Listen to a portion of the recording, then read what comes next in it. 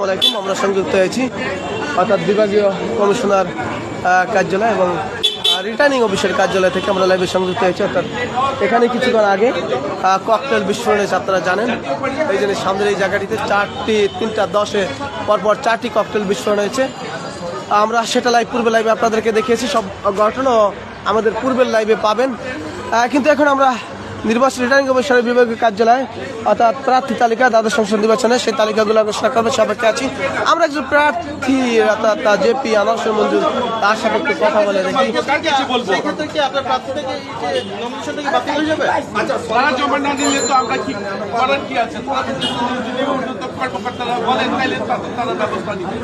আমরা কার কাছে আবেদন করবো?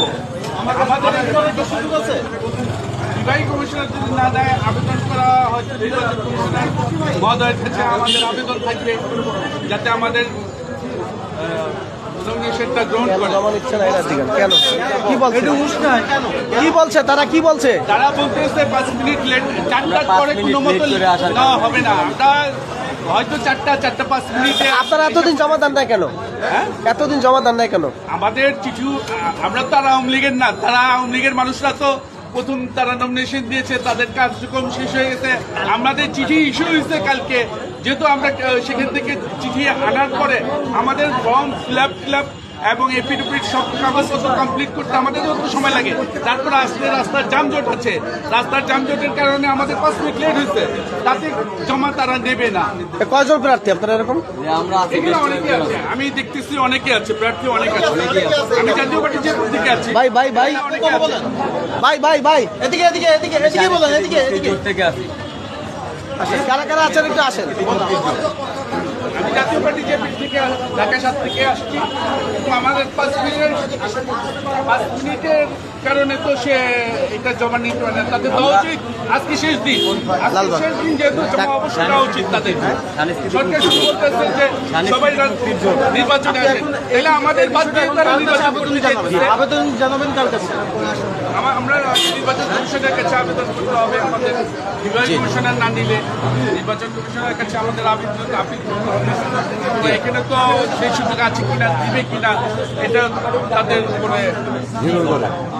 আপনার ঢাকা 7 আসন নির্বাচন করবেন, মানে পুরান ঢাকা লালবাগ? হ্যাঁ, লালবাগ 7 থেকে। ওই এলাকায় আপনার বাসা কোথায় এবং কি অবদান আছে? আব্দুল্লাহ ইসলেন আমার বাসা। আপনি কি স্থানীয়? জি। মানে ওই এলাকায় সমস্যা কোনো কাজের অবদান একটু তুলে ধরেন। অবশ্যই অবশ্যই। তো বলেন কি সমস্যা আছে আপনার?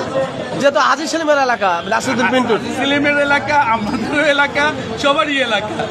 হ্যাঁ, তো সেক্ষেত্রে আপনি ওখানে আপনি কোনো উন্নয়ন কর্মকাণ্ড সমস্যা কি? সমস্যার একটা অবদানের কথা বলেন। প্রতিনিধি হবেন, হ্যাঁ, কোনো উন্নয়ন কর্মকাণ্ড করেছেন এর আগে? আমি মনে করি মানুষের জন্য কি করছেন? মানুষের উন্নয়নের জন্য আমার কথা হলো যে ওল্ড টাউনে যেহেতু যানজটটা বেশি, আমরা যানজট নিরসন করব। সেখানে ব্যবসা বাণিজ্যের জন্য ডিজিটাইজেশন করব, কারণ ওইখানে দোকানপাট ভেঙে দেওয়া, বড় রাস্তা করা যাবে না। তো সেই জন্য ডিজিটাইজেশন করলে স্মার্ট বাংলাদেশ সেখানে রূপান্তরিত করা যাবে। তা তো বুঝলাম, পূর্বে কিছু আপনি এরকম নির্বাচন করতেছেন একজন এমপি? আগেরবারও নির্বাচন করেছি জাতীয় পার্টির জেপি থেকে, ঢাকা 7 থেকে। এবং আমার এখানে আমরা ওইখানে সমাজসেবক সাথে, জনগণের সাথে সম্পৃক্ত আছি। দর্শক, আপনারা সংযুক্ত হয়েছি। কর্মকাণ্ড করেছেন কিনা? জি জি জি, আমরা ওইখানে রাস্তাঘাটের কাজ করেছি।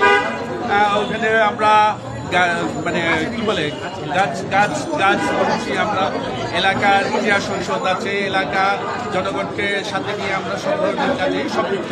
মাদক বেশি, মাদকের জন্য কি করবেন আপনি? মাদককে মুক্ত করবো আমরা অবশ্যই মাদক মুক্ত করব।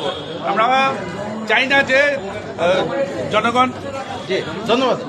যেহেতু পুরান ঢাকা, ধন্যবাদ। পুরান ঢাকা আমি প্রতিটা গলি চিনি, আমার বাসা ওখানে ছিল। ধন্যবাদ। দর্শক, আমরা সংযুক্ত হয়েছিলাম বিভাগীয় রিটার্নিং অফিসারের কার্যালয় থেকে। দেখছেন বিভাগীয় কমিশনার ঢাকা রিটার্নিং অফিসারের কার্যালয় থেকে আমরা সংযুক্ত হয়েছিলাম। দর্শন